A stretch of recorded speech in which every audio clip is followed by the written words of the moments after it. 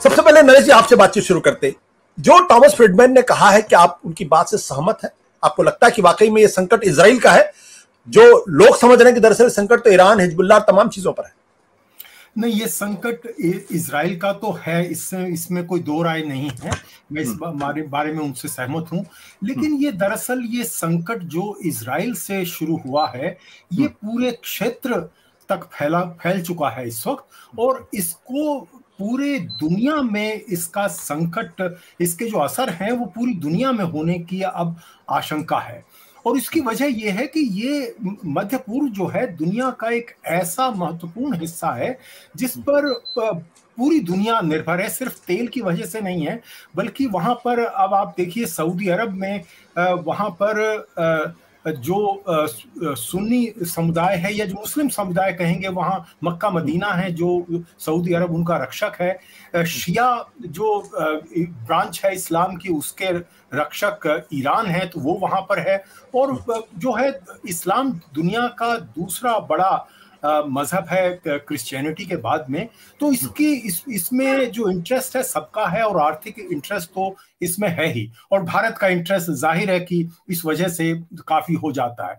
लेकिन आप जो फ्रीडमैन की जो बात है उसको आप इस तरह से देखिए। फ्रीडमैन देखिए, ये वो यहूदी हैं, तो उनकी दिल जो जिसे कहते हैं सहानुभूति इजराइल के प्रति है, लेकिन ऐसा नहीं है कि वो इजराइल के उस तरह से कोई अंधे भक्त हैं इजराइल की सरकार के या नेतन्याहू के, जो कि बहुत सारे यहूदी समझते हैं कि हमें इजराइल का साथ देना ही चाहिए, चाहे कुछ भी हो, ये हमारी मजबूरी है। इस मामले में जो ये फ्रीडमैन है, ये थोड़ा सा अलग हट के बात कर रहे हैं। और जो ट्रैप की बात कर रहे हैं, दरअसल ये ट्रैप तो ये कोई नया नहीं है। ये तो ईरान बहुत समय से ये कर रहा है। इसने जो हिजबुल्लाह तो ईरान ने ही पैदा किया है। हमास को जो मेन जो सपोर्ट है वो तो ईरान की तरफ से होती रही है। ईरान ही उनको हर तरह की मदद देता रहा है, प्रशिक्षण से लेकर हथियारों तक की मदद। इसी तरह से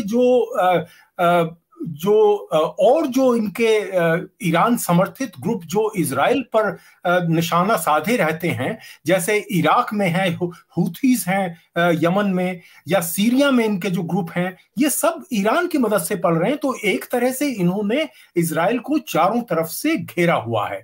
और ये माना जाता है कि जो हमास ने जो हमला किया था 7 अक्टूबर को, वो ईरान के उकसाए बिना उसने नहीं किया होगा। अब ये पूरी उसमें किस तरह से रणनीति पूरी तरह से ईरान ने बनाई थी, ये इस पर आप मतभेद कर सकते हैं।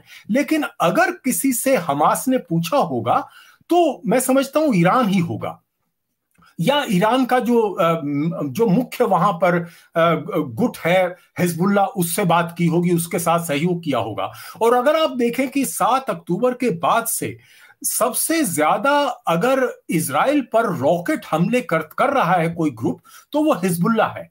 तो कोई इसमें कोई आश्चर्य की बात नहीं थी कि हमास के बाद में हिजबुल्लाह उसका ठिकाना होता। लेकिन आप ये देखिए कि ये ईरान को तो ये कर रहा था, लेकिन और ईरान चुपचाप बैठा था।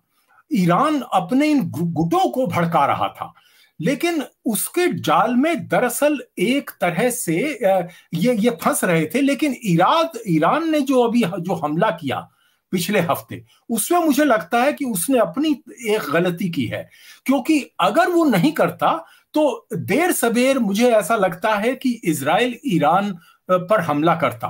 लेकिन अब जो है, अगर ईरान पर हमला इजराइल का होता है, जो होना बिल्कुल निश्चित है, आज हो कल हो ये हम नहीं कह सकते, लेकिन अगले कुछ दिनों में ये हमला होने जा रहा है। और ये हमला होगा तो बड़ा हमला हो सकता है। और अब इजराइल ये कहेगा, और अमेरिका उसके समर्थन में ये कहेगा कि इजराइल तो जवाब में कर रहा है, वो तो प्रतिक्रिया कर रहा है, पहला तो हमला ईरान ने किया है।